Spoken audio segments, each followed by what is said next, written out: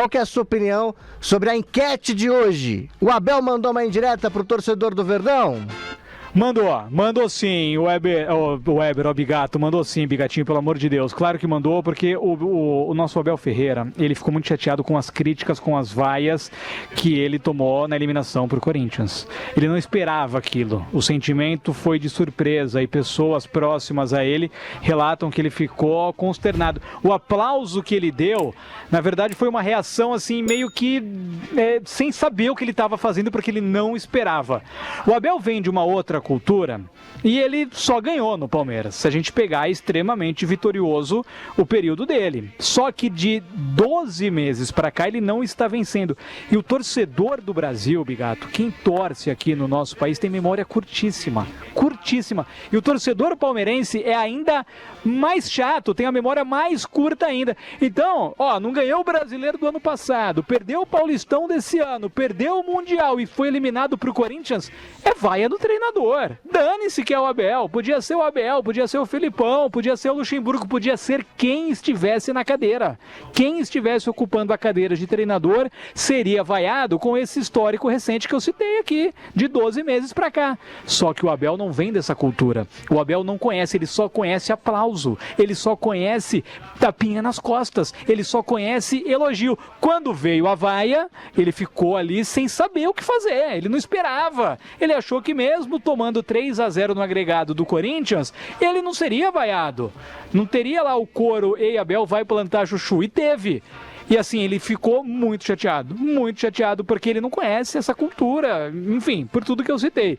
E aí ele deu essa indireta ontem, com certeza um recado, o Abel é cirúrgico nas palavras, nenhuma palavra que sai da boca do Abel em uma entrevista com uma câmera ligada é por acaso. Nenhuma entrevista. O Abel é um cara extremamente consciente do peso que ele tem e ele usa as palavras que ele quer usar para dar os recados. Então foi sim, Bigato, foi um recado que ele deu para o torcedor. Se ele vai renovar ou não dá para saber, nem ele sabe, nem a Leila sabe, porque tem que esperar os resultados agora do final de temporada, mas que ele ficou chateado e que depois de um 4-0 numa Libertadores fora de casa, ele vai dar uma cutucada como deu, isso para mim é inegável, Bigatinho. E olha, Marcelo Capretti, eu entendo que o torcedor do Palmeiras passou um recibo danado para a torcida do Corinthians e para o Corinthians nessa decisão, porque o comportamento da torcida do Palmeiras, quando transformou aí a eliminação, é claro que nunca é legal ser eliminado na Copa do Brasil por um rival, mas o palmeirense sentiu demais essa eliminação para o Corinthians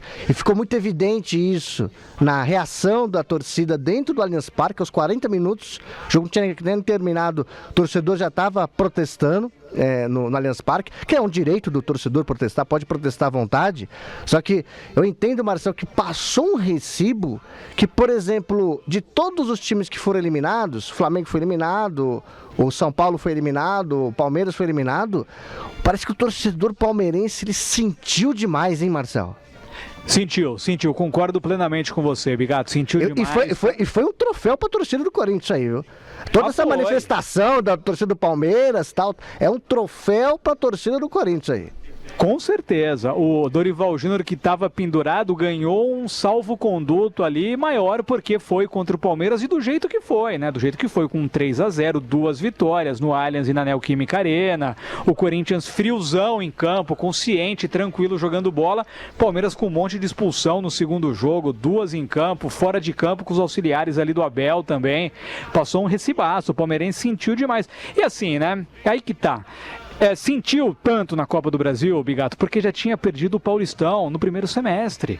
Para esse Corinthians, e aí assim, né, o torcedor de futebol ele não é tonto, tá? Ele é passional, ele toma muitas vezes razões e atitudes com base no coração, às vezes até no fígado, mas tonto ele não é. Ele olha para esse Corinthians e vê a bagunça que tá. Então fala, cara, a gente tá perdendo para um time que nem presidente tem. Que o cara que era presidente tomou impeachment e vai depor na polícia. É um Corinthians que não pode contratar, e na época podia, mas o transfer ban já estava muito certo, não pode nem contratar porque não tem dinheiro, porque não paga as contas, tem todo jogador remendado ali, o Garro estava voltando de lesão, o Yuri Alberto voltando de lesão, foi para esse Corinthians que a gente perdeu, então isso passa o recibo ainda maior.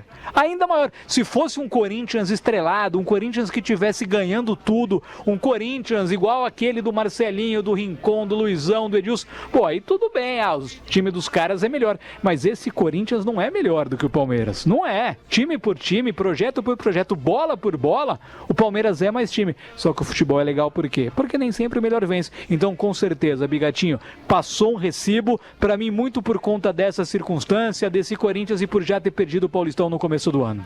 E você participa da nossa transmissão do nosso programa 105 FM Futebol Clube aqui pelo canal do YouTube. Deixe sua mensagem, tá por aqui ó, o Luiz Antônio Saco, Antônio Marcos, Levi Pedroso, o Rafael da Paixão, a Geni Marinho, o Joaquim Lúcio, o Kellyton Souza Santos, o Edson até coloca aqui, boa noite, obrigado, Capretes, de Nagoya, ligadinho, aqui já estamos no sábado.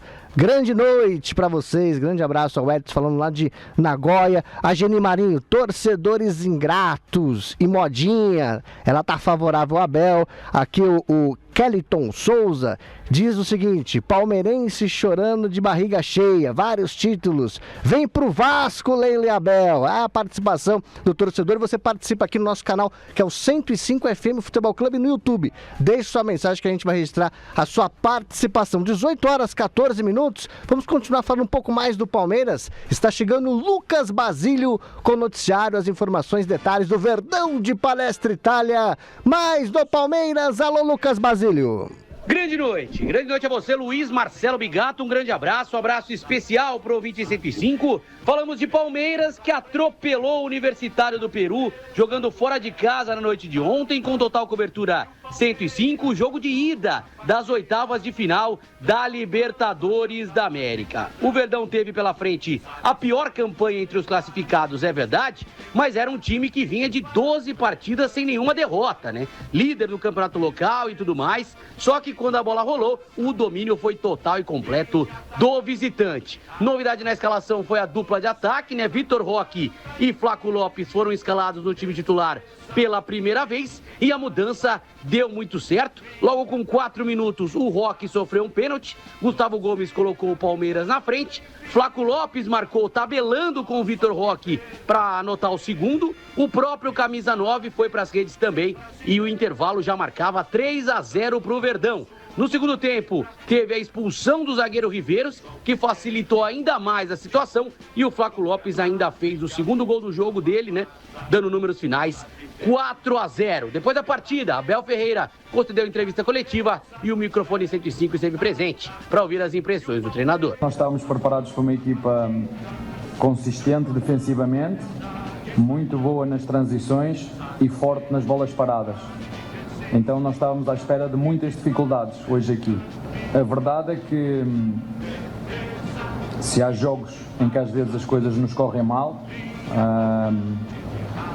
anularem-nos um golo num jogo, numa eliminatória onde é dúvido se a linha do VAR está certa ou não, ou ficarmos com um jogador a menos logo no início do jogo, condiciona muito esse jogo, mas hoje correu tudo bem. Esse então Abel Ferreira, com a vantagem, o Alviverde pode até perder por 3 gols de diferença na quinta-feira que vem no Allianz Parque, diante dos peruanos, que vai estar garantido nas quartas de final da Liberta. Antes disso, o Palmeiras tem compromisso pelo Campeonato Brasileiro no domingo contra o Botafogo no Rio de Janeiro. Fora de campo, segue a reformulação no elenco do técnico Abel Ferreira, o lateral Marcos Rocha, veterano, 38 anos, um dos remanescentes desse período mais vitorioso da história do Palmeiras, né? Jogador desde 2018, do Alviverde, não foi relacionado para a viagem de ontem e agora a gente entendeu o motivo, o camisa 2 está se transferindo para o Grêmio.